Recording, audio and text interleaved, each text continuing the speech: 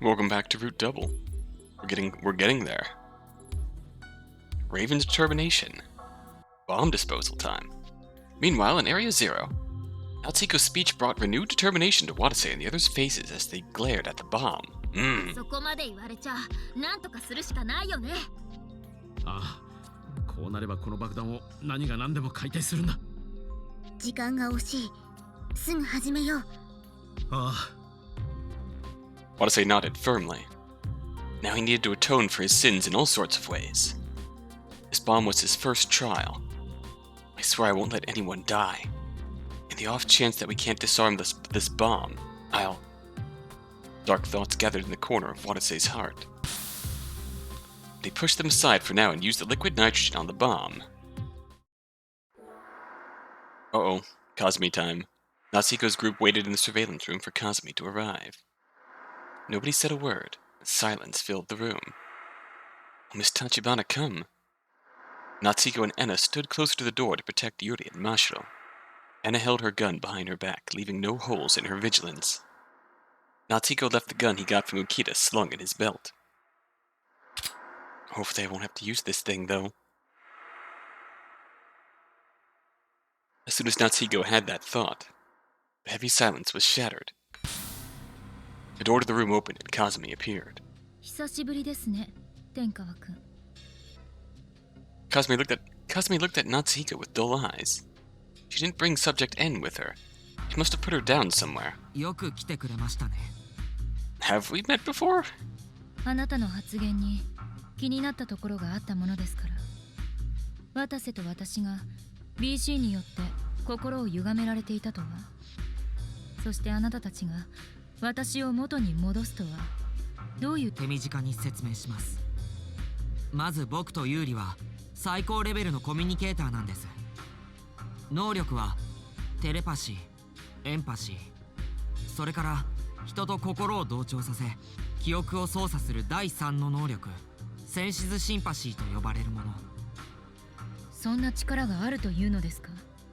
一般には知られていない能力です。それが使えるコミュニケーターもすごく稀みたいです。Because LABO throws them in communicator jail. だけど僕たちだけじゃありません。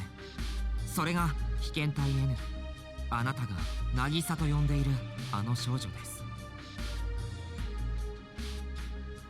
彼女もまた最高レベルのコミュニケーターでした。Did Natsuhiko ever meet Kazami himself?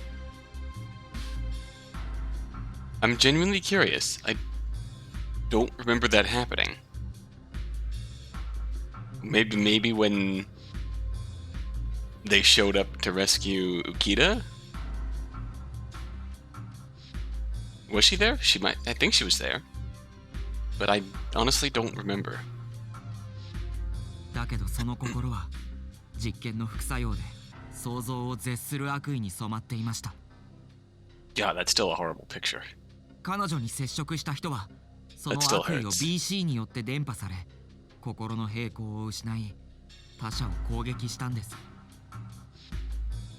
これがここで起きた事件の真相です。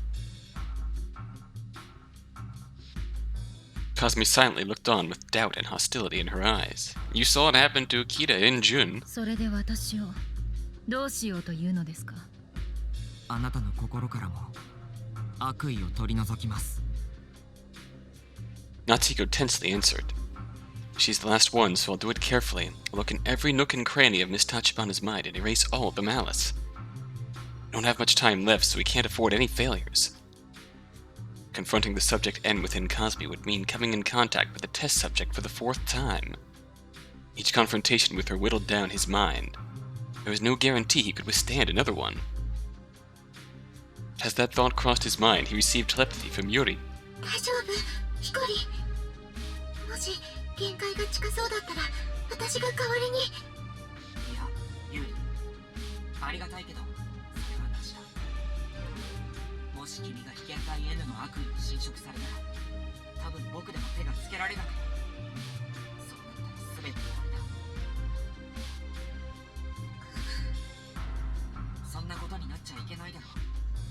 だから君はこれまで通り僕の援護に専念してくれ。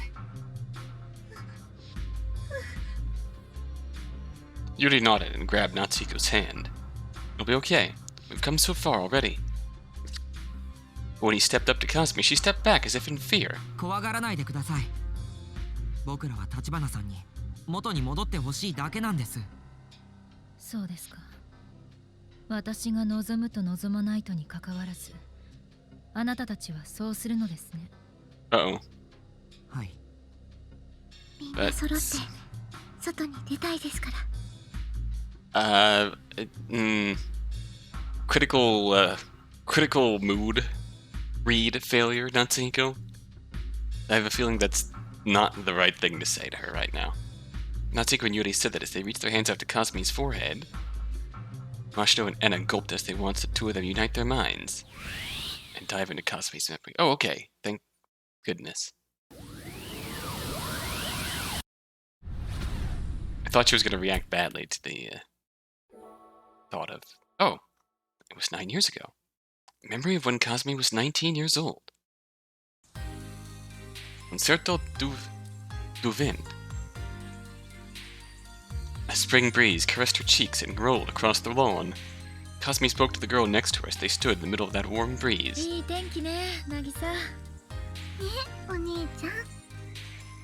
The one who answered was Kazami's sister, Nagisa. Today was Kazami's day off, so she went to the park for the first time in ages. She could hear the sounds of the children playing in the distance. That... Of course it's them. 待って待って、不意打ちだよ。もう一回初めからね。 It's a small world. 何度やっても同じさ。何よ。 It appeared a boy and a girl were playing hip sumo. She'd seen the boy before.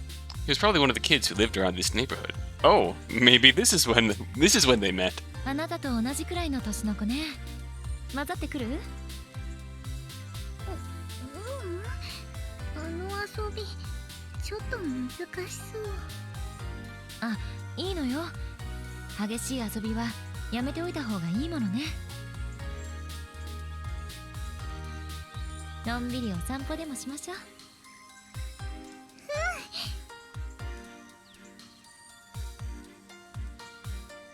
Kazami took her beaming sister by the hand and broke out into a walk. Nagisa had been born with a frail body. She didn't have any chronic diseases or anything like that, but she had weak cardiopulmonary function, and she was prone to catching colds and such. That was why they hadn't visited the park in a while, because she inherited too much from mother and father. The sisters didn't have any parents. They both passed away from cancer, their mother 5 years ago and their father 3. Kazami currently worked at a flower shop to support Nagisa. But as they had no family aside from each other, their sisterly bonds were very strong. 渚、もうすぐ小学校の入学式ね。友達たくさんできるかな。できるわよ。きっとあの学校ならね。そうだね。楽しみ。 Seeing Nagisa's smile filled Kazami with joy. Nagisa had only been 3 years old when their father had passed away. It had not been easy for the then 16-year-old Kazami to raise her sister by herself. But it had by no means been a painful experience, for Nagisa was a very kind girl. Her smile always greeted Kazami when she came home from work. It was nigh therapeutic for Kazami to see such consideration from her sister despite her young age. Nagisa was the most precious treasure that Kazami's parents had left behind for her. Though she was her younger sister, it felt the other way around at the same time. And so Kazami had properly raised her sister until the time had come for her to enter elementary school. Nagisa meant everything to her. それにしても、もうすっかり春ね。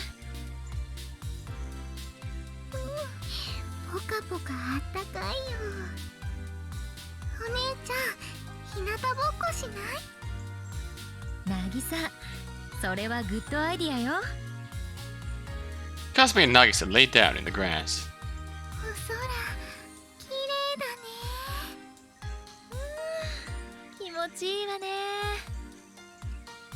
Spring sunlight shone upon the sisters. Kazami thought to herself as she lay engulfed in the warm light. It's already been 3 years since I started supporting Nagisa, huh? Maybe it was thanks to this city that we were able to make it so far. It had already been 7 years since Rokame City had been made a government-designated top-secret city. The city's social services had considerably bloomed in that time, allowing Kazami and Nagisa to reap their benefits. The city had profited immensely from its many science and technology industries, centered around nuclear power in BC, and that wealth provided for the sisters. I should be grateful for that, even though I have virtually no aptitude, oh god. Kazami also had BC aptitude, but very little of it. She was only rank D. Those at that level could hardly call themselves communicators. It pretty much took all their effort to have even the slightest hope of using telepathy. Kazami couldn't even use telepathy, so she never attended Rokame Academy. There were more important things to worry about. When she was 12, the city had been swept by a horrible disaster. A great Rokame City arson, an attack committed by an extremist group who hated communicators. The Tachibana family had fortunately been unaffected by the incident, but the facts surrounding it were enough to frighten Kazami. So to be careful, she had instructed both herself and her sister to not talk about BC very much. But, well, I guess that will have to end soon.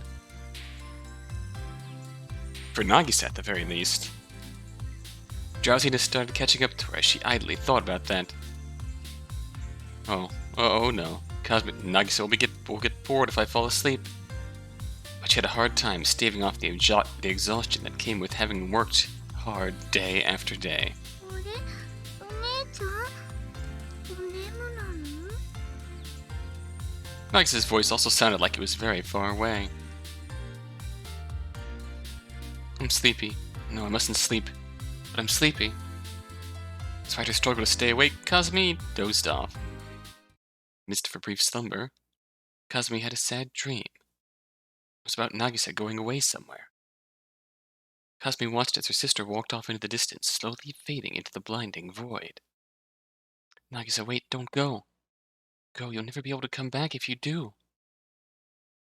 She tried to scream aloud, but her voice wouldn't obey her.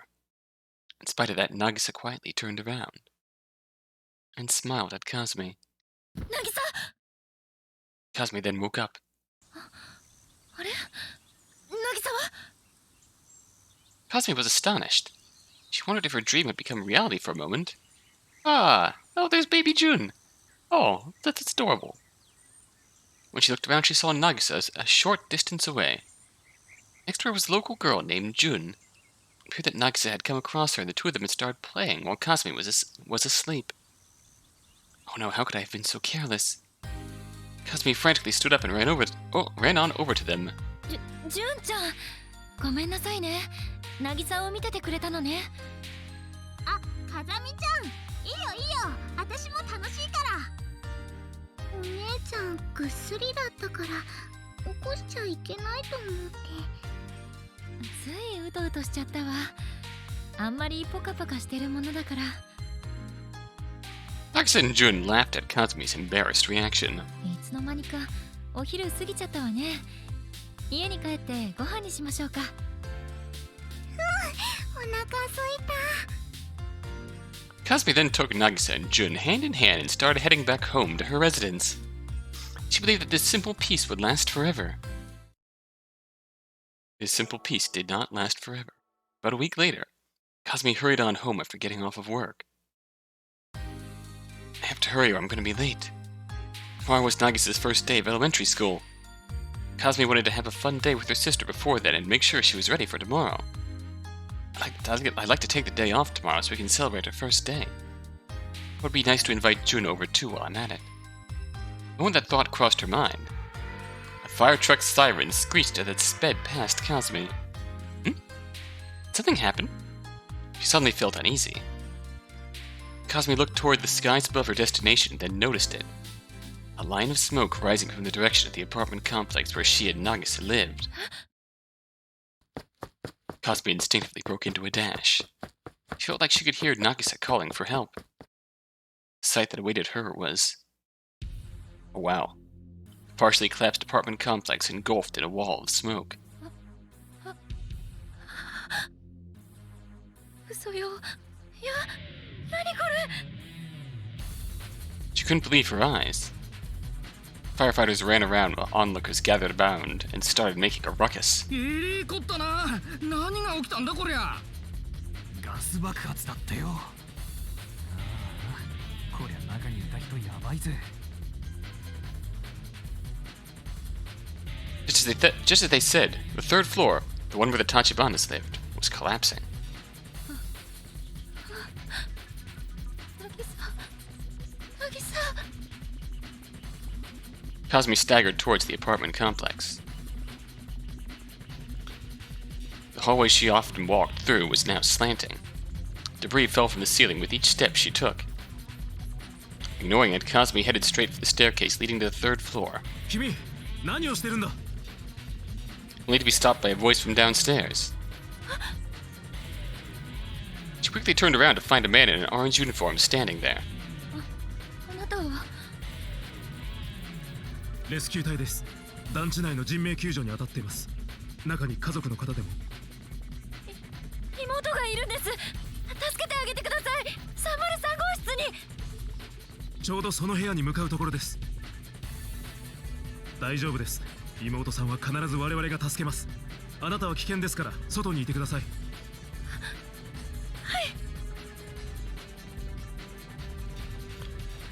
She felt she could trust the man from the calm voice he spoke with. She reluctantly nodded and headed out of the apartment complex. The man then rescued Nagisa, just as he'd promised. He also brought out Jun, who had also been in the apartment and got caught in the explosion as well. The two girls were taken to the hospital in an ambulance, with Kazami not far behind. Alas, that wasn't the end of the story. Medical exam revealed that Nagisa had been struck in the head during the explosion and was suffering from severe blood loss. Kazami spent an entire sleepless day in front of the ICU, praying for the moment she could see Nagisa safe and sound. Then, in the middle of the night on April 8th, the doctor in charge of Nagisa's treatment exited the ICU. お医者様。渚は。妹は。 The doctor's expression grew grave at Kazami's cries. お気の毒ですが。 Kazami heard her entire world shatter at that moment. She didn't remember much of what happened after that. She couldn't accept the fact that she lost Nagisa. Loss even temporarily robbed her of her mental stability. Kazami muttered to herself as she walked through the streets of Rokame. 渚。ねえ、どこにいるの？そろそろご飯の時間よ。一緒に帰りましょう。 私たちの住む家、6名市営団地に。 Kazami wandered the city in search of her long-gone sister and her long-gone home. None of it felt real to her. It was like it had all happened in a dream. The days blurred into one another. Kazami was staying in a temporary home provided by the union that managed her apartment complex. It seemed like someone had tried to visit her on multiple occasions, but even that felt uncertain to her. It was probably a representative from the union coming to apologize to her. Thought she heard a voice apologizing to her over and over again. Maybe that was Jun. But none of that mattered to her. She turned away all visitors. All that waited for her after walking through the city every day was a trip back to that temporary home. That was her new life. She didn't work. She barely ate. All she did day after day was continue to search for what she had lost. It was Jun who finally brought her back to reality. One day she came across Jun after visiting that park for the first time in a while. あら、純ちゃん。渚見なかった？ When she asked Jun that, the girl started shouting with tears in her eyes.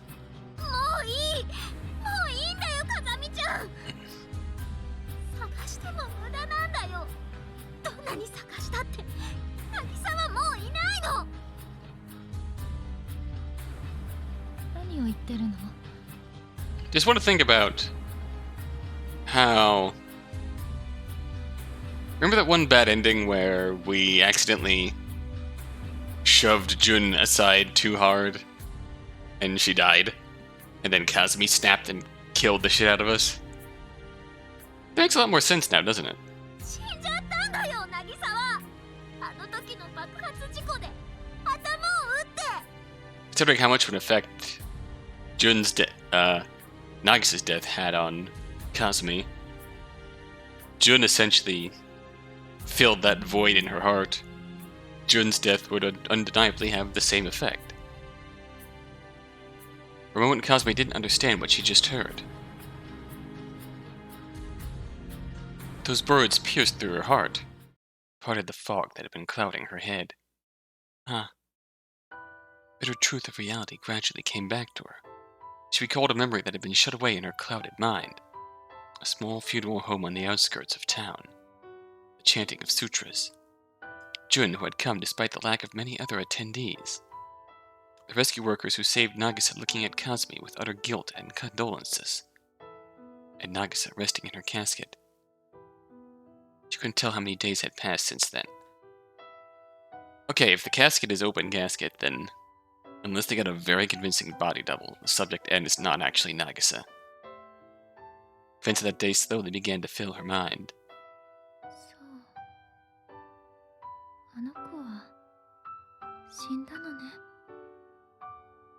Kazami finally accepted reality. It then hit her again just how valuable what she lost was. She was finally all alone. She lost her only sister after ages of the two of them living by themselves. How was she supposed to live now that without Nagisa in her life? Kazami thought that. Jun suddenly spoke up as if she had come to a decision. 風見ちゃんを一人にはさせないよ。私が渚の代わりに風見ちゃんの妹になるから。渚とは全然違う可愛くない子だけど、私お姉ちゃんの妹になるから。だから純ちゃん。It was when she had heard those words that Kazami realized something. She wasn't the only one grieving. Jun was also mourning the death of Nagisa. Kazami had spent the last few weeks only adding to that poor girl's sorrow. I'm not alone. I have Jun with me too. Both share the same sorrow. Jun, a stranger of tender years, had treated her with kindness. The same kindness that Nagisa had possessed. Kazami gently embraced Jun and spoke.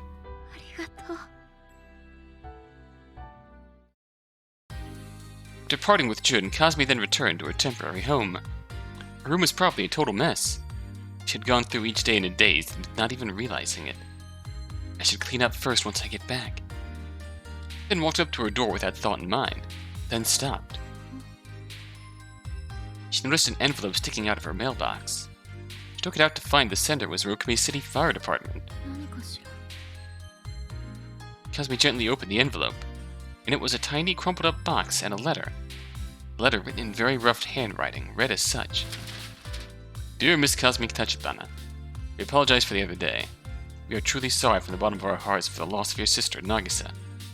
We also wish to apologize for causing you a great burden with our frequent visits. Okay, never mind, that was just the fire department. We will take your feelings into account and cease our visits to your home. However, while we know this is very rude on our part, we've delivered to you this item that Nagisa was clutching in her hand when we rescued her. Nagisa gave it to us for safekeeping just before she was put into the ambulance. We have not looked at its contents. The only thing we were asked to do was deliver it to you. We pray that you will not lose heart and live from now on with peace of mind. Finally, while we may have already told you this many times, we sincerely apologize for failing to save your beloved sister. However, we will continue on with our work. What is the one thing we can do for Nagisa? Rokumi City Fire Department Special Elite Rescue Squad members. Watase Kasasagi, Seiji Dojima. Oh! Because we didn't recognize those names.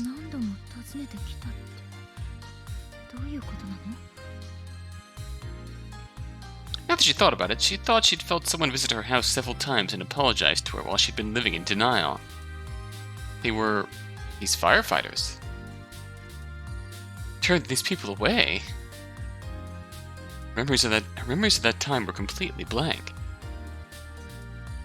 Was this something that Nagisa was holding when they rescued her? Kazami tried to restrain her confusion and looked at the box in the envelope.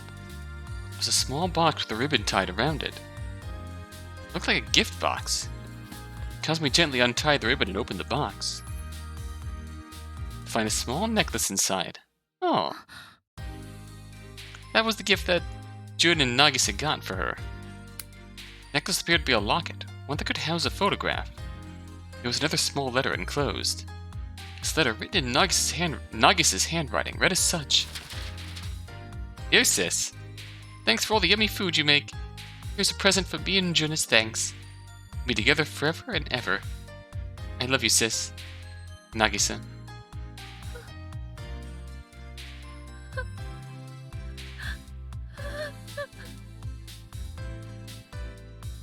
Sobs burst from Kazami's throat the moment she saw the letter. Tears that had never come after Nagisa's death were suddenly all rushing out of her at once.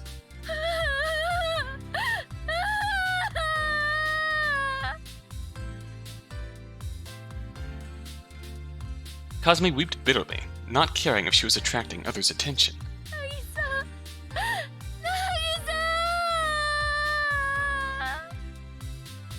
With each hoarse scream she let out, the words Nagisa had written soaked into her soul more and more. Memories of the days she'd spent with her sister flashed through her brain and disappeared just as quickly. Kazami just stayed there crying for what felt like forever, all while clutching Nagisa's gift. Before long, those tears dried up, and Kazami made up her mind. I'll live, for both myself and for Nagisa. That was the only thing she could do for her. Kazami's decision filled her heart with hope. She was also struck by regret at the same time. If she had gotten home sooner that day, she might have been able to save Nagisa. Before she knew it, Kazami became completely obsessed with that idea. Just living for Nagisa's sake isn't enough. Must be something I can use my life for. Become serious!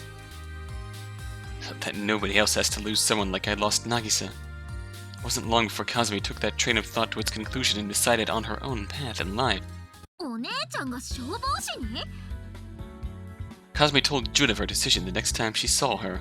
なんで急にそんなこと？急にじゃないわ。考え抜いた結果よ。花屋の仕事は？あの仕事も好きだったけど、やめて消防学校に入るわ。She didn't have to worry about living expenses for the time being since she had received a great deal of compensation money from the apartment complex management union. But Jun stared at Kazami after a brief silence, then spoke. ねえ、お姉ちゃん。もしかしてそれって渚のことが関係してる？それは。もしそうだとしたら、私はお姉ちゃんが消防士になるのは反対だな。どうして？だってお姉ちゃん、とんでもなく無茶しそうなんだもん。Jun's words did hold a ring of truth to them. Kazami hadn't been able to save Nagisa back then. It's probably presumptuous of her to think that she possibly could have saved her if she had been there. Despite that, Kazami wanted to save many lives in the future to atone for that. あなたの心配は分かったわ。でもダメ。この意志は変えません。どうしてさ？さあ、どうしてかしらね。Kazami smiled gently, all while thinking Nagisa would have supported her if she was there. Time flew by. 2 years have passed since Nagisa's death. Kazami had passed the civil service exam, graduated from firefighting school, and was assigned to the Rokumi City Eastern Fire Station. Since she hadn't had to do any sort of manual labor up until that point, she had to push herself to the limit to become a firefighter. She overcame her trials and worked with all her might every day. She never hesitated, not even at dispatches where her life was at stake. She had little to lose and bore a huge responsibility that allowed her to forge an iron will and bravery that bordered on recklessness. She tempered herself with that iron will of hers. I have to get stronger. I won't be able to save anyone. Kazami had learned of her own weakness through the weeks she had spent wandering around in a daze like an empty shell. So to overcome that weakness, she put herself through rigorous training beyond the norm. Her body and mind grew in strength with each strenuous day. Before long, they granted her a level of skill that defied her gender and natural talent. Then 4 years after she became a firefighter, Kazami's skills were finally acknowledged, allowing her to enlist in Sirius. Thus came about the birth of the Rokumi City Fire Department's first female rescue worker. As a result, Kazami was transferred from the Eastern Fire Station to the Central Fire Station. Then one early afternoon, shortly before her transfer was to take place, Kazami passed by the Central Fire Station and witnessed a man jogging around the grounds. That man is a member of Sirius. Both worked for the Rokumi City Fire Department. She at least knew his name and face. They had never spoken before because they'd both been working in different stations, but that was all about to change. Figuring she should give him a brief greeting, Kazami waited for the man to come on over. It wasn't long before he returned to the fire station's front gate. Kazami walked up to the man as he took a breath. Though he had a somewhat harsh look on his face and seemed strict, Kazami had to contain the feelings welling from her heart when she saw his face up close. We finally meet. She hesitated for a few seconds, then resolved herself and called out to him. 失礼します。ん？シリウス A チーム隊長の笠崎渡瀬消防士長ですね。そうだが、君は？立花風見消防士と申します。来週からシリウスに入隊することになりました。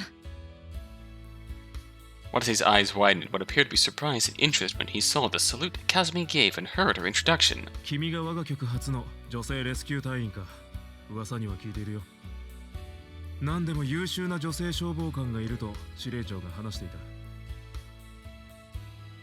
た。は、光栄です。Kazami stood straight as she kept up that salute. Her heart was ringing like an alarm bell. まあ、そんなに硬くなるのよ。これからは同じ釜の飯を食うんだし。しかし、後輩ではあります。まあ、そうか。そうだな。え。何にしろ、これからよろしくな。活躍っぷりを期待してるぜ。こちらこそ、よろしくご指導ご鞭達のほど。Watase lightly patted the polite Kazami on the shoulder and headed back towards the station. Kazami watched him walk away and thought to herself. So he really doesn't remember, does he? I suppose it has been 6 years. Kazami smiled wryly. The name Watase Kasasagi was well known even in the Eastern Fire Station. He was known as Sirius's Ace, Iron Man, and Rokumi City's King Kong. Those nicknames didn't matter. For he was a very special rescue worker to Kazami. He's the one who stopped me in the apartment 6 years ago and rescued Nagisa. He's also the one who had visited her over and over again in an attempt to deliver the locket Nagisa had entrusted him with. That said, Kazami didn't even remember that part. It appeared Watase had forgotten as well. Kazami still wore that locket to this day. She'd been hoping to thank him all those years. A long time had gone by without a single apology from her for sending him away. Bringing it up now would probably just cause Watase to relive his guilt of failing to save Nagisa. Kazami had always hoped that a day would come where she could thank him. Nagisa would be angry if I said one of my reasons for enlisting in Sirius was so I could work at the same place as that man. Kazami looked to the skies with that thought. Hey, Nagisa. Met the man who rescued you after all these years. He seems strict, but he really is a nice person. Your big sister will be doing her best, so please keep cheering me on. All the tension Kazami had been feeling loosened up during her brief conversation with Watase. At the same time, she started to look forward to her new job a little bit. She had no time to entertain such thoughts after joining Sirius. On duty, Watase was harsh and cold, leaving no room at all for sentimentalities. In contrast, Kazami was impulsive and straightforward, the kind who kept throwing herself into danger on dispatches. The two of them kept clashing over their opinions, meaning Kazami kept losing more and more chances to thank him. Then one day, she got injured during a dispatch. Watase began scolding her as soon as they returned to the fire station. 立花、お前ちょっと無謀すぎるぞ。俺の静止が聞こえなかったのか？深入りしすぎだと言ったろ。申し訳ございません。Kazami replied while keeping her dissatisfaction hidden. Their dispatch had been to a fire at a high-rise apartment. Kazami had jumped too eagerly at the call to save lives and got a burn on her face for it. Ooh, ow. Of course, it wasn't bad enough to leave a scar or anything. She felt a bit irritated that Watase was giving her a full-blown lecture in spite of that. その軽傷で済んだのはただの幸運だ。二度と今日のような失策がないよう重々気をつけろ。しかしマンション内には5歳の少女が取り残されているという情報があったんですよ。子供の行動は予測不能です。不測の事態が起こる前に救助してしまわなければ。人命救助のためなら自分の身を危険にさらしてもいいと。そんなのはバカ者の考えだ。Those words sent blood rushing to Kazami's head. お言葉ですが隊長、我々の職責は人の命を救うことでは。今の発言、シリウスの隊長のお言葉とは思えません。分かった風なことを言うな。それがバカだと言ってるんだ。いいか立花、自己犠牲的行動が称賛されるのはアマチュアの世界の話だ。俺たちは人の命を救う使命があるからこそ自分の命を粗末にしちゃいけないんだよ。When put like that, fair. 人命救助を仕事にしている以上、仮に誰かを救えなかったとしても生きている限り多くの命を救うことができる。 Makes a fair point. Probably not what Kazami wants to hear. お前が現場で死ぬってことはその後救うはずの多くの命を見捨てるってことだぞ。 Especially with the pedestal she's put him on after saving Nagisa. Kazami was shocked by those words. She had never thought of it that way. She had been working under the belief that if she were faced with someone in need of rescue, she would save them even at the cost of her own life. But Captain's absolutely right. 無論救える命を見捨てていいというわけではない。だが勇気と無謀を履き違えるな。お前は有能だが若干不安定なところがある。危なっかしくて見てられんよ。その点だけは改めろ。はい。Kazami hung her head in shame, embarrassed of her own foolishness. Watase sighed, then patted her on the shoulder. まあ心情は理解できるよ。妹さんのことを気にしてるんだろ。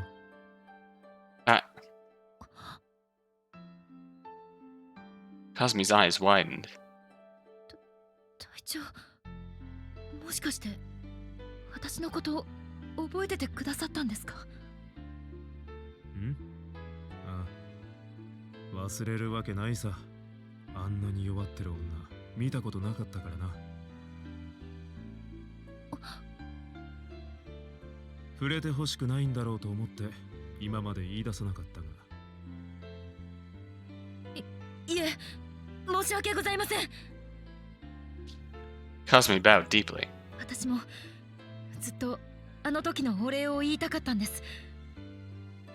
妹の贈り物を届けてくださってありがとうございました。いや、いいさ。堂島にも言っておいてやってくれ。あの子を背負ったのはあいつだからな。はい。 Kazami bowed one more time, causing a wry smile to form on Watase's face. でも、まあどんな過去があろうと自己犠牲的行動は危険だ。これからはなるべくその熱情は抑えて行動しろ。常に冷静沈着にだ。In present day Kazami, you can really see the effect that Watase had on her. You know? 了解しました。よろしい。ではすぐ医務室に行ってやけどの手当てをしろ。はい、失礼します。 Kazami turned around and walked off. But she'd been scolded, her heart felt very clear. After that, Kazami did just as Watase said, acted calmly in the field. After all, no matter how skilled they were, a rescue worker had to be calm if they wanted to survive that line of work. Once they saw she had acquired that cool head, Watase and the rest of the team acknowledged Kazami as one of them. and she became a member of Sirius in both name and spirit. Time just seemed to fly by once Kazami had become a member of Sirius. Her life as a rescue worker provided a sense of fulfillment.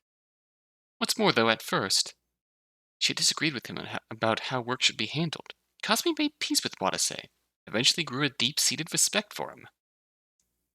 That said, they did still disagree from time to time on certain matters. This included their attitudes towards work, their readiness, and their thoughts on BC. When she asked him about it in a random conversation of theirs, he had this to say on the matter. BC か。正直、あまり好きではないな。え？ He apparently disliked BC. When she asked why, he answered thusly. ガキの頃、初めて BC の話を聞いた時からそうなんだが、やはり自分の心を読まれたりするのは正直怖い。That wasn't unusual for people of Watase's age, but it didn't seem like that was his only reason. Watase had a bad habit of putting a bit of a wall between himself and other people. Perhaps it had something to do with how he'd lost his parents and his sister in the Great Rokami City arson. At any rate, Kazami decided to avoid the topic of the BC from there on out. Looks like it would be best to hide the fact that I had aptitude from him. That was the one thing Kazami would never tell Watase. Oh. Time then passed by without her making any big mistakes.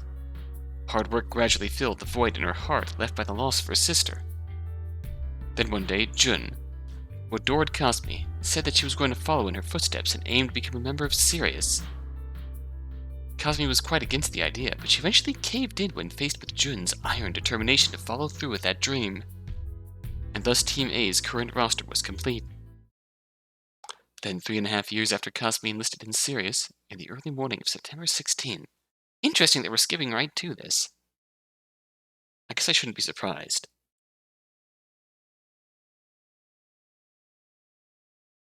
Kazami was just approaching the end of her night shift when the ear-splitting scream of a dispatch siren screeched through the station. Explosions of unknown origin have occurred in the 6th Laboratory of Atomic and Biological Organization. And with that ominous report, curtain rose on the longest day of Kazami's life. Whoa. Ugh. Kazami and the others hurried on over to the dispatch site via helicopter after receiving the report. Team A lined up in LABO's entrance hall before Watase, who proceeded to give them instructions. 現在このラボの中には無数の人が取り残されている。そして施設の性質上、これは通常の出場ではない。この現状では何が起こるかわからない。どんな不測の事態もだ。This accident is indeed not ordinary. However, she was sure that they'd be able to overcome whatever was thrown their way so long as they had Watase's leadership. He had saved her many a time over the last 3.5 years. Kazami had utter confidence in his amazing efficiency, even saw him as a hero. And in turn, Kazami had also saved Watase many times. Dojima and Hiyama, her more experienced co-workers, were also very reliable men. One she was worried about was the newly enlisted Jun, but Kazami had faith in the strength of her heart. We'll just do this like always. We'll save as many people as we can, make it out of here with everyone in one piece. That's our job. Kazami steeled her determination, then rushed into LABO with her co-workers. Kazami and Jun searched the surface floors. They were equipped with the minimum gear necessary: air tanks, rope, and engine cutter. During their search, they lost contact with Watase, Dojima, and Hiyama. She didn't know why, but it appeared that they'd all gone down to the basement. It wasn't long afterward that both she and Jun discovered there were still survivors in the basement and went down there themselves. They lost sight of said survivors, and got their protection suits damaged. On top of that, they got trapped in the basement due to the declaration of a Case N. Ah yes, I missed you, Case N alarm. It's been a long time since I've heard your soothing voice tell me that a Case N has been detected.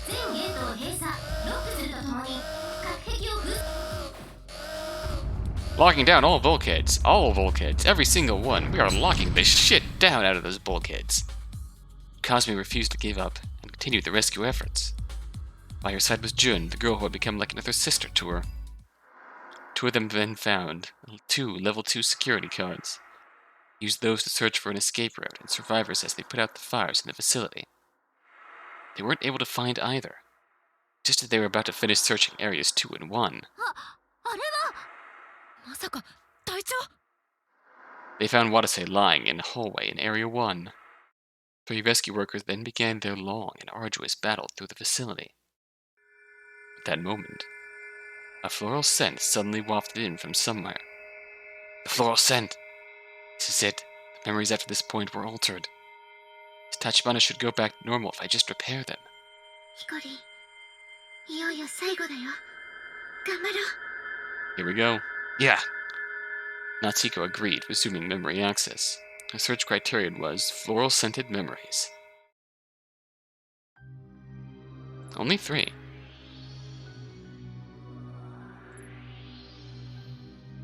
Ah, yep, Dojima and Yama.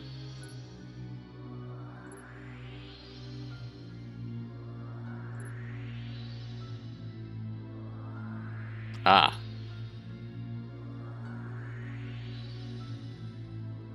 Dojima and Enna's 2 colleagues. Death and Transfiguration, eh? After they reunited with Watase in Area 1, Kazami and the others saved Yuri, a civilian who got caught up in the accident. But then Watase said something bizarre just afterwards. 俺が隊長って呼ばれてるってことは、つまり俺はレスキュー隊かなんかの隊長なんだよな。それはどういう意味でしょう。実はわからないんだよ。自分が誰でここがどこなのか。それはまさか記憶喪失。そう、いわゆる記憶喪失らしい。It can't be. Let's do that. That.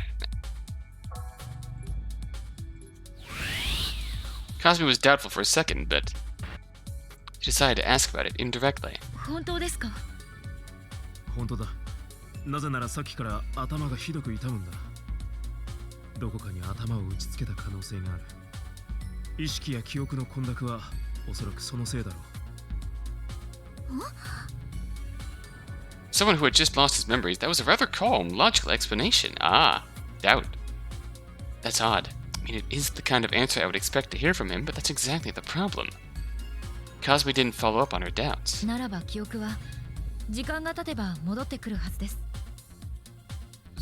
そういうものなのか。ええ。外傷による逆行性健忘症はほとんどの場合は特に治療をしなくてもやがて自然に症状が消えるそうです。じゃあこれは一時的なものか。Watase sounded relieved. Maybe I should have asked him for more details.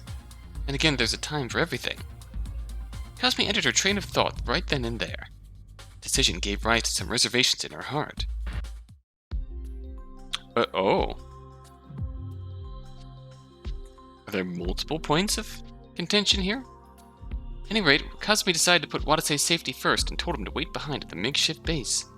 But he refused to accept that proposal. 俺にも要救助者の捜索を手伝わせてくれ。しかし腐っても俺はレスキュー隊なんだろ。だったら一人だけ休んでいるなんて耐えられないんだよ。Hearing that made Kazumi a little happy. For despite his amnesia, Watase still had the heart of a rescue worker. まったくらしいというか。One could not survive this line of work with passion alone. Kazumi decided to act more strictly than usual to try and protect Watase, Jun, and Yuri. これは通常の現状ではありません。隊員として同行するならばそれ相応の覚悟をしていただきます。記憶が戻るまでは隊長を新人隊員として扱います。比例は重々承知ですが、そうでもしなければ命に関わります。どうかご容赦を。あ、了解だ。Kazumi silently encouraged Watase when she heard that. Please don't push yourself. Natsuko thought to himself as he finished viewing that memory. Maybe your positive feelings toward Watase are a bit weak here. Probably be best if I adjusted that a little bit.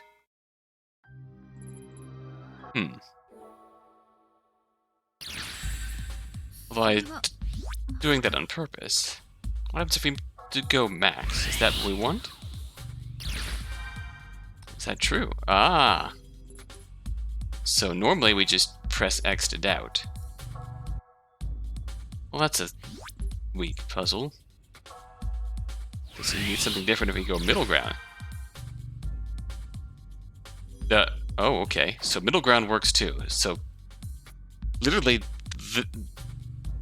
it's kind of a weak puzzle when in just the middle ground, like where you could just literally play the scene without touching Senses Sympathy once, and you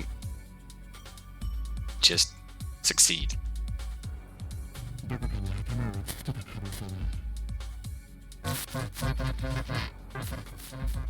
Well, there's a chance, I suppose, that we don't fix it, right? Natsuko repaired that false memory. First, she asked what was most urgent to confirm. お待ちください、隊長。頭に怪我などはされてませんか？怪我？そういえば、さっき頭がズキンと痛んだが。Fear and relief mixed in Kazami's heart when she heard that. やはりどこかに頭を打ちつけた可能性があります。意識や記憶の混濁はおそらくそのせいでしょう。ならば記憶は時間が経てば戻ってくるはずです。Aha! そういうものなのか。ええ。外傷による逆行性健忘症はほとんどの場合は特に治療をしなくてもやがて自然に症状が消えるそうです。じゃあこれは一時的なものか。はい。ただ脳が損傷していた場合、健忘症は恒久的になる恐れがあります。何それ、やばそうじゃん。隊長、頭痛の程度はどうなの？吐き気とかは？あ、今は全く痛まない。吐き気も特に感じない。Kazami felt a twinge of relief from those words. Though it may be temporary, it doesn't change the fact that he's in a bad spot. Must give him my support. Kazami focused her mind on the new, prevalent issue at hand. At any rate, we've seen this. And we've successfully fixed that memory. Oops. Yeah. Suppose. Next up, hi, Enna. The group then rescued a Rokumi Academy teacher named Enna. Afterwards, headed to the surveillance room in Area 3 where they encountered Ukita, a researcher. Then they learned that 3 high schoolers were trapped in the facility, so as a result they focused their efforts on rescuing them. I'm going to end off here. So we'll definitely finish Kazami's Senses Sympathy this time, or next time. And then we'll get ever closer to defusing the bomb and ending the game. So until next time, until then, thanks for watching.